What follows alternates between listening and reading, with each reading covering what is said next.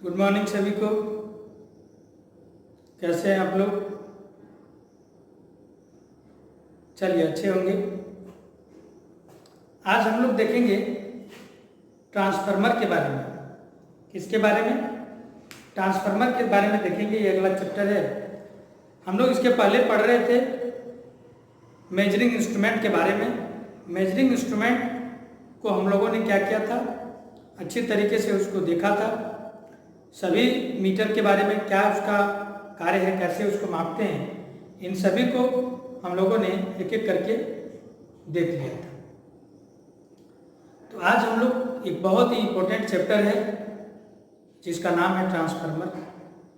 और ये transformer exam की दृष्टि से, आपकी जानकारी की दृष्टि से बहुत ही महत्वपूर्ण है।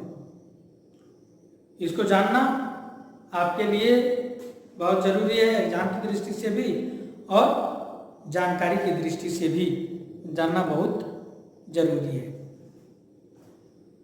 तो क्या है ट्रांसफार्मर? ट्रांसफार्मर क्या है? एक स्थैतिक युक्ति है, यह एक स्थिर डिवाइस है, ठीक है, जो पावर को ट्रांसफर करता है, पावर को ट्रांसफर करने का कार्य करता है। तो इसके लिए इसमें बहुत सारे कंपोनेंट लगे हुए होते हैं, जिस कंपोनेंट को एक एक करके हम लोग जानेंगे। इतना आप समझेंगे कि ट्रांसफार्मर क्या करता है। ट्रांसफार्मर पावर को ट्रांसफर करने का कार्य करता है, ठीक है, और ये वोल्टेज को अप या डाउन, करंट को अप या डाउन करने का कार्य करता है। जिस प्रकार कि हमें कहीं 11,000 वोल्टेज है, उस वोल्टेज को हमें 440 वोल्ट करना है, तो हमें वहाँ ट्रांसफार्मर की ज़रूरत होगी। हमें 11,000 वोल्ट को 1,32,000 बनाना है, तो वहाँ भी हमें ट्रांसफार्मर की ज़रूरत होगा। हमें 440 को 12 वोल्ट बनाना है, वहाँ भी हमें ट्रांसफार्मर की ज़रूरत होगा। यानी कि यह क्या है? यह एक स्थैतिक युक्ति है जो पावर को ट्रांसफर करता है और वोल्टेज और करंट को जो है स्टेप अप या डाउन करने का कार्य करता है, ठीक है। ये ट्रांसफार्मर में होता क्या क्या है और ये जो कार्य करता है, ये म्यूचुअल इंडक्शन के सिद्धांत पर कार्य करता है। म्यूचुअल इंडक्शन क्या होता है? देखिए म्यूचुअल इंडक्शन क्या होता है। कोई भी एक बाइंडिंग है, कोई भी एक बाइंडिंग है, इसके जगह जस्ट बगल में अगर दूसरा बाइंडिंग है, ठीक है, तो इसमें करंट प्रवाहित करने पर इसमें फ्लक्स का निर्माण होगा, ठीक है, फ्लक्स का निर्माण होगा। और ये फ्लक्स, इसका फ्लक्स इसको काटेगा और ये फ्लक्स इसको काटने के कारण इसमें भी ईएमएफ उत्पन्न हो जाएगा, इसमें भी, इस बाइंडिंग में भी ईएमएफ उत्पन्न हो जाएगा और फिर पुनः इसमें जो फ्लक्स बनेगा ये इसको काटेगा। तो इसी को कहते हैं म्यूचुअल इंडक्शन। एक दूसरे को प्रेरित करना, एक दूसरे के फ्लक्स को काटना और ईएमएफ का निर्माण करना, इसी को हम लोग म्यूचुअल इंडक्शन, सह-प्रेरण बोलते हैं। एक दूसरे से प्रेरित होता है, ठीक है। इतना समझ गए? ट्रांसफार्मर क्या है? ट्रांसफार्मर एक स्टैटिक युक्ति है, एक स्थिर डिवाइस है जो पावर को ट्रांसफर करने का कार्य करता है और वोल्टेज को स्टेप अप या स्टेप डाउन करने का कार्य करता है। इसमें क्या क्या होता है? मुख्यतः सबसे पहले इसमें कोर होगा। क्या होगा? सबसे पहले इसमें कोर होगा,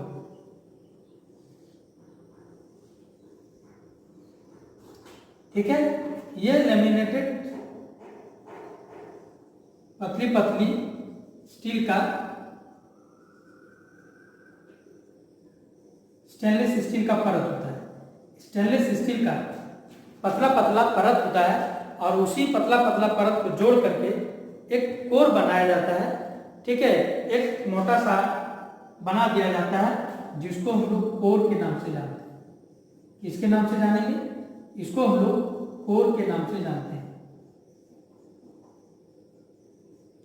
इसको कोर के नाम से हम लोग जानते हैं और इसी में बाइंडिंग किया जाता है एक वायर से, पतली वायर से इसमें लपेटा जाता है, ठीक है, जिसको हम लोग बाइंडिंग बोलते हैं।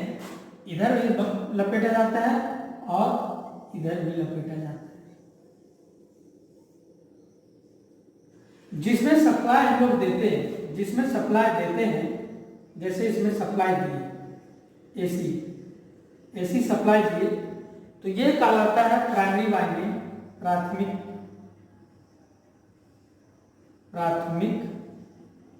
बाइंडिंग।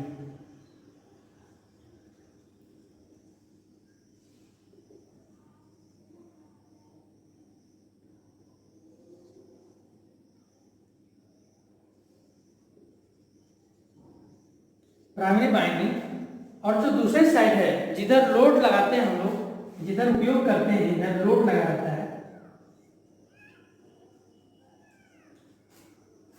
ठीक है, तो इसको बोलते हैं हम लोग सेकेंडरी बाइंडिंग, द्वितीयक बाइंडिंग।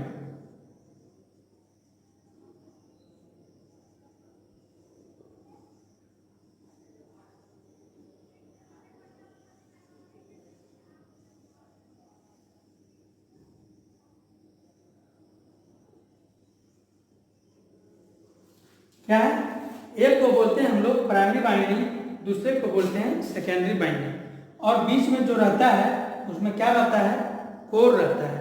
यह मैग्नेटिक फ्लक्स को पाथ को दर्शाता है, मैग्नेटिक फ्लक्स जाने के लिए रास्ता प्रदान करता है, ठीक है। ये स्टेनलेस स्टील का बनाया जाता है, जिसको हम लोग लेमिनेटेड कोर बोलते हैं। क्या बोलते हैं, लेमिनेटेड कोर बोलते हैं, ठीक है।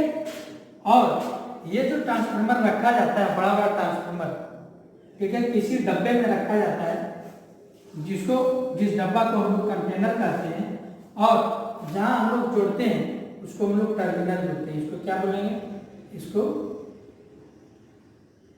टर्मिनल बोलेंगे, ठीक है, इसको टर्मिनल बोलेंगे। यहाँ भी जहां लोड जोड़ते हैं उसको भी हम लोग टर्मिनल बोलेंगे। क्या क्या होता है ट्रांसफार्मर में, कोर होगा, बाइंडिंग होगा, टर्मिनल होगा, और जिस बॉक्स में भरा रहेगा उसको कंटेनर बोलेंगे। जिस बॉक्स में भरा रहेगा उसको क्या बोलेंगे, कंटेनर बोलेंगे। इतना आप उसको नोट करेंगे, ठीक है। इधर जो होगा उसको कहेंगे हम लोग V1, और इधर जो होगा वो V2। इधर जो बाइंडिंग रहेगा उसको हम लोग बोलेंगे N1, इसको बोलेंगे N2। इधर जो करंट चलेगा उसको बोलेंगे I1, और इधर जो करंट चलेगा उसको बोलेंगे I2। यानी कि प्राइमरी बाइंडिंग के वोल्टेज को प्राइमरी वोल्टेज बोलेंगे, सेकेंडरी बाइंडिंग के वोल्टेज को हम लोग सेकेंडरी वोल्टेज बोलेंगे। प्राइमरी में जो बाइंडिंग किया जाता है उसको प्राइमरी बाइंडिंग बोला जाता है, और सेकेंडरी में जो बाइंडिंग किया जाता है उसको हम लोग सेकेंडरी बाइंडिंग, सेकेंडरी वोल्टेज कहेंगे, सेकेंडरी बाइंडिंग कहेंगे, सेकेंडरी करंट कहेंगे, ठीक है, और प्राइमरी करंट बोलेंगे। तो ये चीज आपको याद रखना है। प्राथमिक में क्या होगा, प्राथमिक में होगा V1, N1 और I1। उसी प्रकार दूसरा और क्या होगा, V2, I2 और N2। ये चीज होगा, ये चीज आप इसे नोट करिए।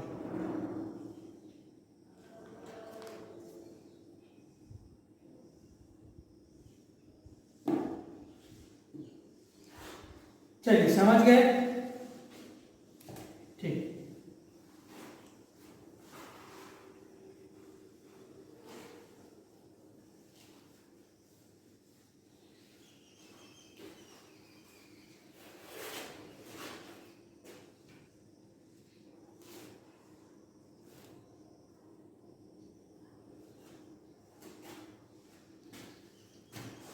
अब ट्रांसफार्मर का वर्गीकरण देखिए।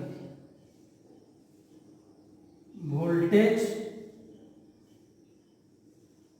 के आधार पर ट्रांसफार्मर के प्रकार।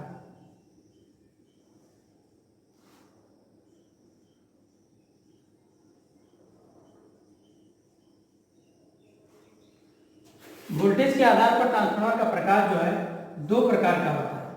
पहला जो प्रकार होगा स्टेप अप ट्रांसफार्मर,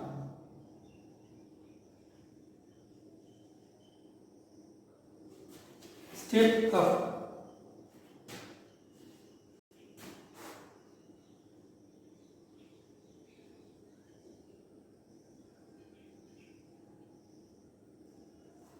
क्या होगा, स्टेप अप ट्रांसफार्मर होगा और दूसरा जो होगा वो स्टेप डाउन ट्रांसफार्मर होगा।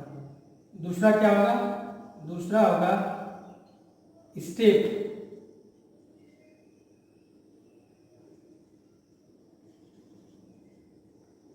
Down transformer.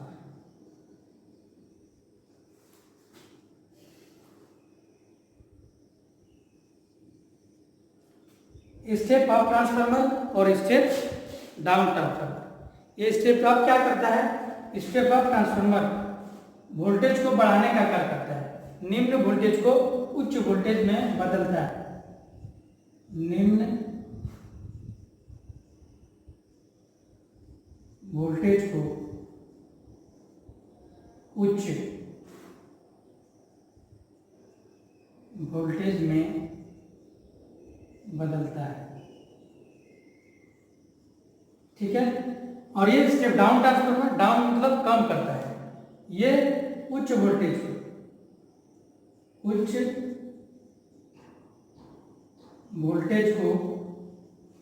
निम्न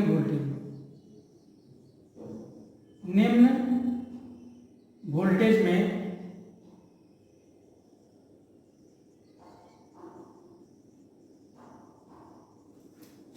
ठीक है, समझे कि नहीं समझे। ये स्टेप अप ट्रांसफार्मर निम्न वोल्टेज को, जो निम्न वोल्टेज है उसे उच्च वोल्टेज में बदलने का कार्य करता है, और स्टेप डाउन उच्च वोल्टेज को निम्न वोल्टेज में बदलने का कार्य करता है। अब देखिए बाइंडिंग क्या होता है। जो स्टेप अप होता है वो प्राइमरी बाइंडिंग जो होगा वो कम टर्न होगा।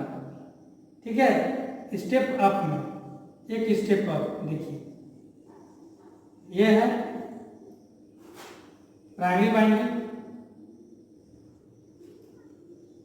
बीच में होगा कोर का सिंबल ये होता है। ठीक है, और अगर स्टेप अप है तो वो सेकेंडरी बाइंडिंग जो होगा वो क्या होगा, ज्यादा टर्न का होगा और लंबा होगा। ये हो गया स्टेप अप। ठीक है, इधर क्या हो गया, ये स्टेप अप हो गया। लेकिन यही अगर प्राइमरी बाइंडिंग ज्यादा है, ठीक है, और सेकेंडरी बाइंडिंग छोटा है, सेकेंडरी बाइंडिंग क्या है, छोटा है, तो वो स्टेप डाउन कहलाएगा। क्या कहलाएगा, स्टेप डाउन। क्या कहलाएगा, स्टेप डाउन ट्रांसफार्मर कहलाएगा।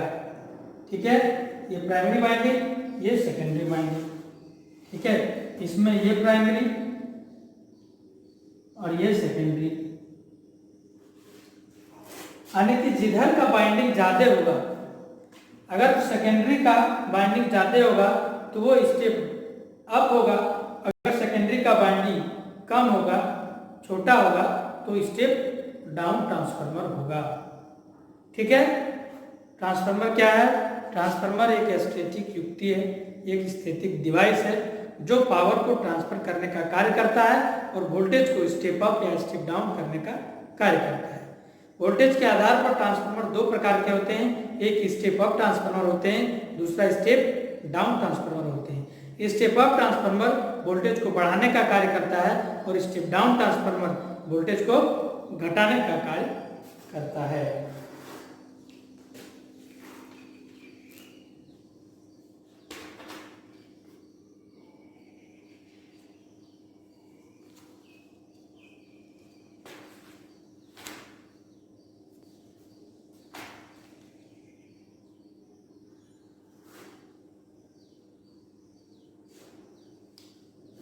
अब देखिए यहां तक तो समझे।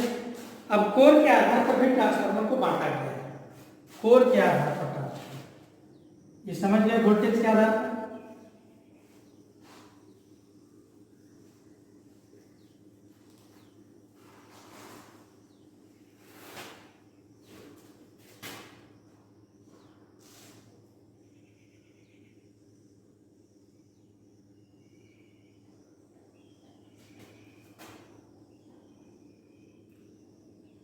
कोर के आधार पर ट्रांसफार्मर। कोर के आधार पर मतलब उसका कोर कैसा बना हुआ है, ठीक है, कोर कैसा बना हुआ है उसके आधार पर ट्रांसफार्मर को कई प्रकार से बांटा गया है। जैसे कौन कौन प्रकार का होगा, ई टाइप ट्रांसफार्मर होगा, पहला होगा ई टाइप, देख लीजिए ई टाइप होगा, ठीक है, आई टाइप होगा, यू टाइप होगा, ठीक है, एल टाइप होगा, सी टाइप होगा,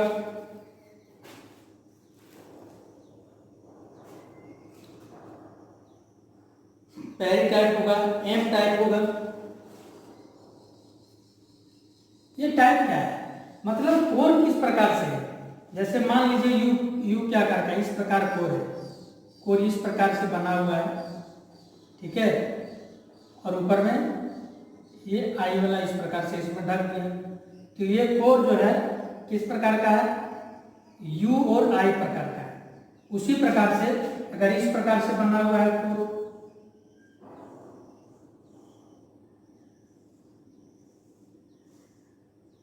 अगर इस प्रकार से कोर बना हुआ है, ठीक है,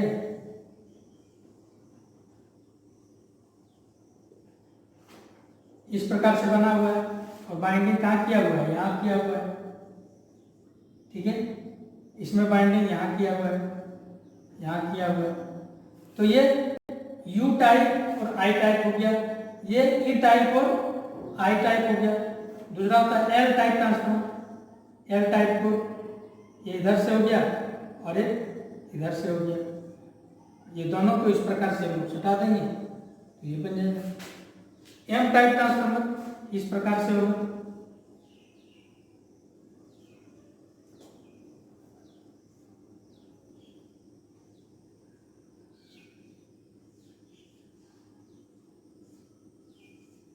मतलब आकार की तरीके से किस आकार में बना हुआ है वही वो कोर का आकार जिस प्रकार से बना हुआ है उसी का आकार के नाम पर उसका ट्रांसफार्मर अलग अलग नाम पर जाता है।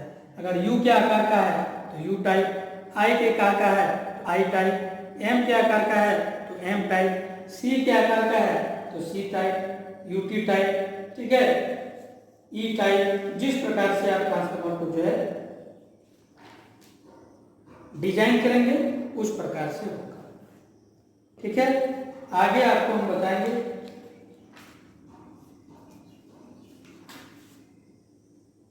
एक होता है battery type transformer. Battery type होता है इस प्रकार, बैटरी टाइप इस प्रकार का, इस तरीके से कोर होता है, पूरा इस तरीके से गोल आकार होता है और कोर इसका ऐसे ऐसे कटा हुआ होता है, ठीक है, यानी कि इसमें बाइंडिंग होता है इस प्रकार से। ये बैटरी टाइप हो गया। तो आकार की दृष्टि से कुछ ये हार्ड नहीं है, आकार की दृष्टि से जिस प्रकार आकार होगा उसका नाम उसी प्रकार होगा। मेनली जो एग्जाम में आता है या आपसे पूछा जाता है वो है डिस्ट्रीब्यूशन ट्रांसफार्मर और पावर ट्रांसफार्मर। कल हम आपको डिस्ट्रीब्यूशन और पावर ट्रांसफार्मर के बारे में बताएंगे कि इसका कैसे उपयोग है। जो हमारे गली मोहल्ले में जो लगा हुआ रहता है ट्रांसफार्मर वो डिस्ट्रीब्यूशन ट्रांसफार्मर है, और जो पावर हाउस में लगा रहता है वो जो है पावर ट्रांसफार्मर कहलाता है।